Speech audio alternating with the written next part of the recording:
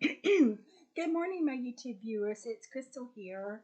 I'm sorry I picked up a virus over the Christmas dinner. So I'm sorry if my voice is a little bit gravelly and my throat isn't that great. I started coming down with it yesterday. Um, what I wanted to talk about in this video is the nested if statement. And I would consider the nested if statement to be like a case statement in BASIC. I remember around 40 years ago, not quite 40, but close to it, I was studying BASIC.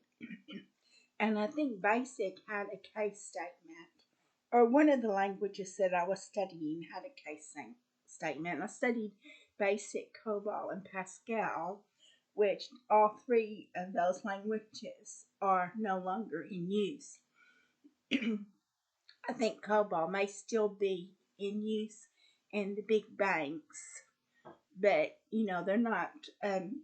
I've not heard of Pascal being used, and I've not heard of BASIC being used except for Visual Basic. But COBOL, I think, is still used in the big banks, but I don't think they teach COBOL anymore. They might teach COBOL in-house, but I don't think that they teach COBOL in courses anymore, not that I'm aware of. And I think that BASIC had a case statement. I do recall a case statement.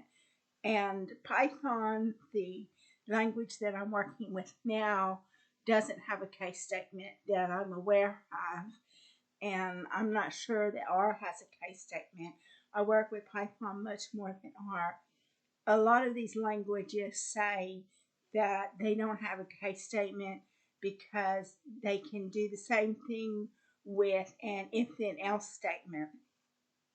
So we don't have a case statement in Excel, but I did look it up, and they have something called a switch statement. And they said a switch statement is kind of like a case statement.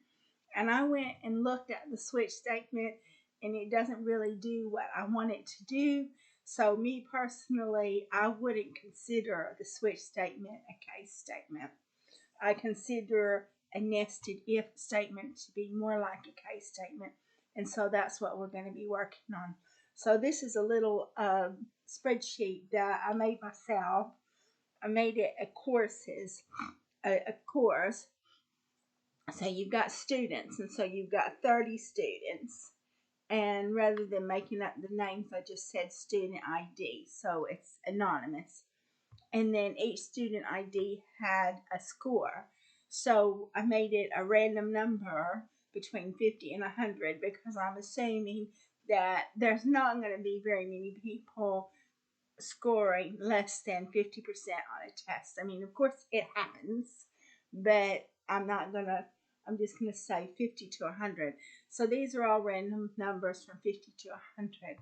And now we get our nested if, which I would consider to be like a case statement.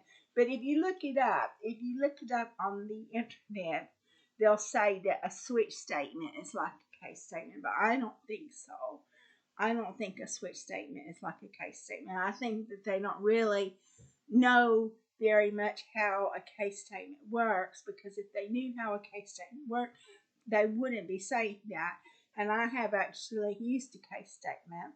So I think since I have lived experience of using a case statement, I think a nested if is more like a case statement than switch.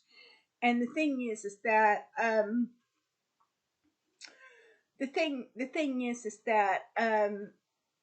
I've used case statements before in BASIC, but we don't have that now. We have to use a nested if. They say a lot of these people that make programming languages, they don't give you a case statement because they say that you can do the same thing with an if then else statement. So that's what we're using.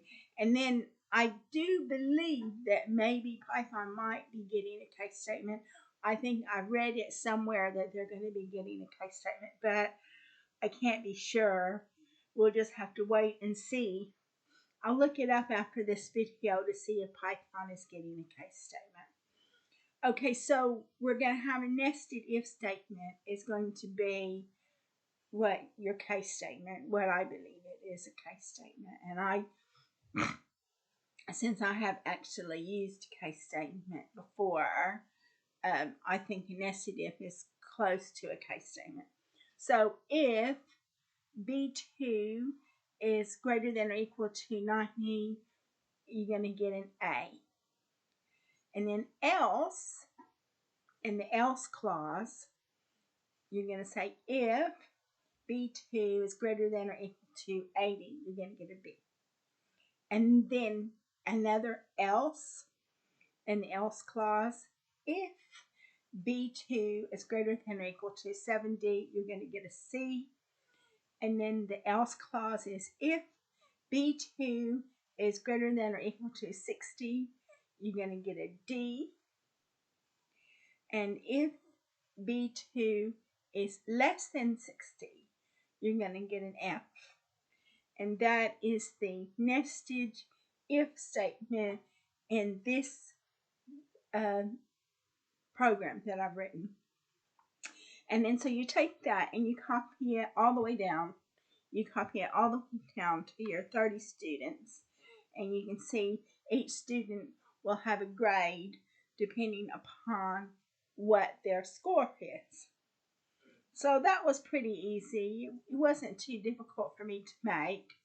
But since I've never used a nested if statement in Excel, and I'm going through a video on analysis, on data analysis, and fortunately they're using Excel because I pay for Excel every month. I thought, well, I better go ahead and include this nested if since I personally have never used a nested if. And that's it. So you can experiment if you want. It's a really easy program that I made. It shouldn't be too difficult. I mean, column A is just 1, and then A3 is A2 plus 1, and then you copy that down all the way down to 31. I believe we've got 30 students. So you copy that down, copy and paste it down to 31. And then score is just a random value between 50 and 100. And you copy that all the way down to 31. And then we have our nested if statement that you copy that down to 31. So it's a very easy program to make if you know what you're doing. And I just wanted to show you how to do it. Just in case you've never used a nested if, because I personally had never used a nested if. So that was a good thing for me to learn, and I wanted to show my viewers. So thank you very much for watching my video.